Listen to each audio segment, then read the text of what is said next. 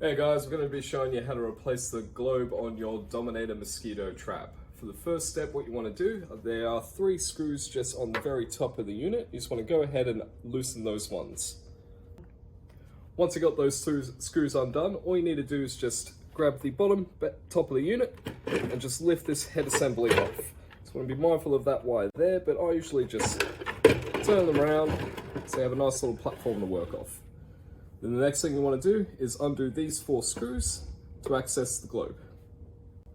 Once you've got those screws loosened, all you need to do is just remove this little portion here, and you're going to have 2 connectors. You've got this one here connecting the globe to the unit. Just pull back here, remove this section as so. And then the last little bit you want to do is undo the 3 screws located here.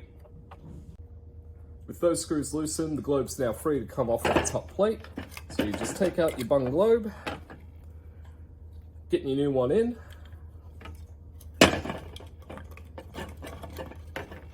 put that wire through the small hole here, and just line the existing screws on the top of the globe to these 3 holes here.